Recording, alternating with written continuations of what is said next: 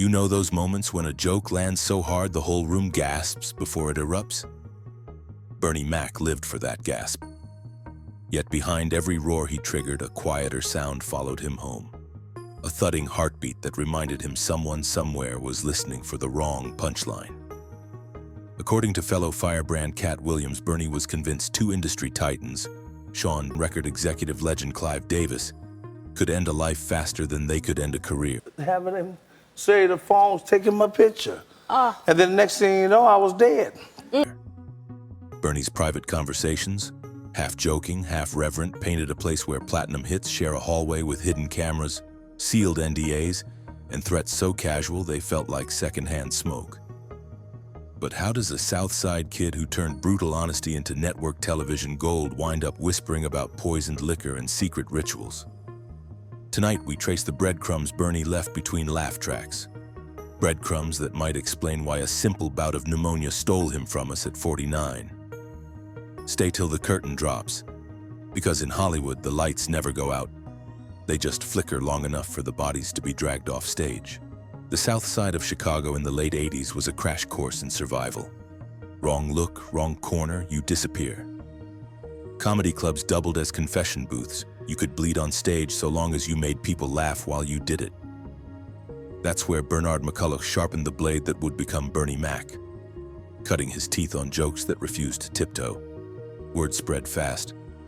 This dude doesn't blink. He wasn't just roasting the front row, he was exposing generational trauma, sketching blood-stained punchlines about poverty, crime, and the raw hunger for respect. By 1992, HBO's Def Comedy Jam tried to tame him with time limits. Bernie answered with the now legendary, "I ain't scared of you," riff that forced the band to stop playing over his set. That 10-second glare bought him 2 decades of legend status, yet it also drew the gaze of Hollywood's gatekeepers who'd later test his fearlessness in darker rooms. Fast forward to 2000. The original Kings of Comedy tour is selling out arenas, and Bernie's turning side stage inside jokes into mainstream anthems. Steve Harvey told audiences Bernie was the only comic who could make other comics forget their own lines backstage. Cedric the Entertainer swore Bernie's punch delivered more bass than the speakers. With the tour's runaway success came 3 seismic offers. 1. The role of Frank Catton in Steven Soderbergh's Ocean's 11, giving Bernie A-list adjacency. 2. Fox's The Bernie Mac Show, letting him break sitcom rules by addressing viewers straight through the lens. And 3. An informal invite to Hollywood's so-called upper floor. Those after-hours gatherings billed as networking opportunities. Bernie smiled, shook hands, and said no, repeatedly. That no cracked open a new path, one paved with back-channel warnings and silent consequences. You can land magazine covers with raw talent, but in Hollywood, longevity often requires something unspoken, debt, and Bernie refused to borrow. Katt Williams calls them rooms with no windows and too many cameras. Smartphones are confiscated. Legal documents thicker than movie scripts demand signatures. What happens next, rumor says, is part hazing ritual, part compromat factory.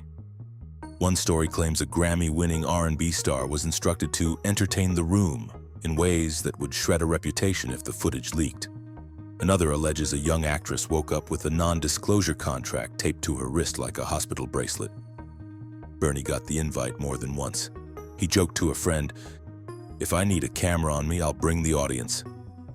Each refusal widened the gap between him and the industry's kingmakers. And while he cemented cult hero status with the public, studio execs quietly revised shortlists. Deals chilled, budgets tightened, coins rattled but never landed in his cup. By the mid-2000s, whispers about these had mutated from harmless yacht tales into something far murkier. Stories of backroom footage weaponized as insurance against loose tongues. The mogul's former driver claimed high-profile guests were sometimes offered designer cocktails laced with substances that guaranteed memory lapses. When Jamie Foxx suffered a near-fatal medical mystery in 2023, his name surfaced on social platforms within hours. Coincidence? Maybe. But for Bernie, the math was simple. Where smoke swirls this thick, fire rarely sleeps. Clive Davis. You can't overstate his power. He discovered Whitney at 19, orchestrated Alicia Keys' launch, and shaped decades of pop culture. But ask old school industry engineers and you'll hear cautionary tales of a man who could shelve an entire album over a single disagreement or greenlight your obituary's opening paragraph by letting the rumor mill spin unchallenged. Whitney Houston's death in a Beverly Hilton bathtub just before Clive's annual pre-Grammy bash still fuels forums a decade later. How do you keep dancing while the voice of a generation lies upstairs? They ask. Bernie reportedly asked the same question and found no comforting answer. Hollywood's unofficial coroner's report reads like a tragic anthology. 1996, Tupac Shakur warns MTV of eyes watching and dies in a drive-by. 2002, Lisa Left Eye Lopes films a documentary hinting at industry exploitation. Fatal car crash follows. 2009, Michael Jackson rehearses for This Is It, rails against record label slavery, and never wakes from a propofol cocktail. 2018, Kim Porter, preparing a memoir alleging manipulation, succumbs to sudden pneumonia. By 2008, Bernie had mapped these dots like crime scene pins. He joked about Hollywood pneumonia on stage. Audiences laughed. Insiders flinched. July 17, 2008. Bernie arrives at dermatologist Dr. Renee Earle's clinic battling fever and shortness of breath. Staff records show a heart rate spiking over 140. No ER, no 911. July 26th. He's hospitalized for pneumonia, doctors initially optimistic. August 6th. Condition worsens, he's placed on a ventilator. Friends recall him mumbling, "Tell Rhonda I love her, tell the truth." They weren't sure what truth he meant. August 9th, 2 a.m. Complications spiral. Bernie Mac is pronounced dead at Northwestern Memorial Hospital. Official cause, pneumonia complicated by sarcoidosis. Unofficial theories, everything from negligent care to covert poisoning, especially once Rhonda McCullough filed her $50 million wrongful death suit pointing to ignored vital signs and a 9-hour clinic delay. For years, Bernie's fear remained folklore. Barbershop talk, YouTube comments, fragments of backstage gossip.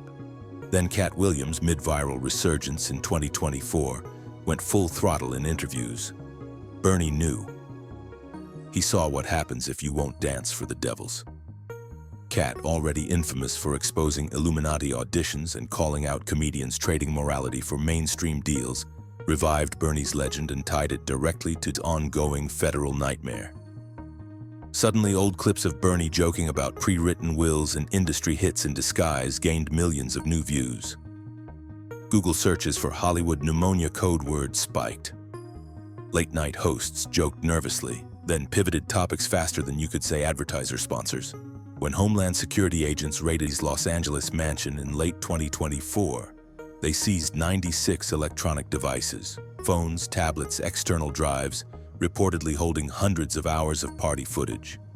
Leaked affidavits reference blackmail-based enterprise and distribution of illicit substances to unwilling participants.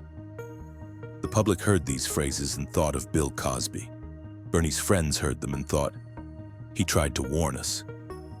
Meanwhile, Clive Davis, now in his 90s, announced yet another memoir, offering clarity on misconceptions. Skeptics rolled their eyes, noting the timing. A fresh narrative dropped just as trial threatens to dredge decades of star-studded decadence. Story 1. The Ocean's Set. During downtime on Ocean's 12, Bernie allegedly confided to Don Cheadle that he'd been asked to attend a charity lock-in hosted by a major producer where no wives allowed was the first rule. He told Cheadle, "If I walk in and see one red candle, I'm gone faster than Brad Pitt eats shrimp." 2 days later, Bernie learned his negotiating leverage for a spin-off had evaporated. Story 2. Vegas, 2006. A hotel bartender claims Bernie tipped her $500 after overhearing a heated phone call in which Bernie said, "I'm not your puppet. Tape me all you want. My truth's already on stage." Minutes later, he turned to the bartender and asked, "You ever get a chill from people you ain't even met yet?" She assumed he was riffing, until security escorted him to a side exit. Story 3. Final phone call. Comedian D.L. Hewley recounts Bernie calling him weeks before passing, cryptically urging him to keep stand-up pure. Hewley pressed for details. Bernie deflected with a joke. Hewley later said, "I realize now that was Bernie's code.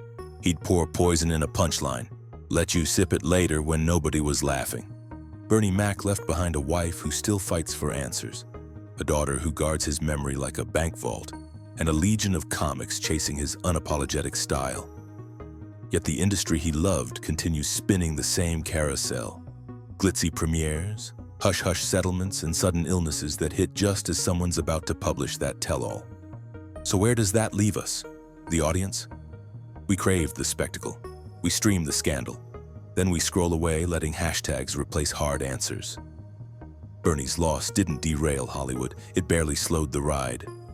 But if Katt Williams is right, trial rips away the velvet curtain, maybe the laughter Bernie gave us can morph into a spotlight powerful enough to blind the boogeymen for good. In one of his last routines, Bernie stared down a packed house and said, "I know the devil been busy, but I'm busier." The crowd roared, unaware that the punchline had barbed wire in it. Today, 15+ years later, that wire still catches new names. Artists, actors, assistants, anyone brave enough to rhyme truth with risk. So here's your final curveball. What if Bernie's greatest act wasn't the comedy at all, but the warning embedded in every wink? A warning that says, laugh loud, but listen closer. Because if the cost of stardom is silence, then the real revolution is speaking, even if it's just a whisper that grows legs on YouTube at 3 a.m. Your turn. Does Bernie's story confirm the conspiracy, or does it expose a medical tragedy we refuse to accept? Drop your take below. And remember, algorithms may bury the truth, but engagement resurrects it. One fearless comment at a time. See you in the next video. Until then, keep laughing, keep asking, and keep that side eye sharp.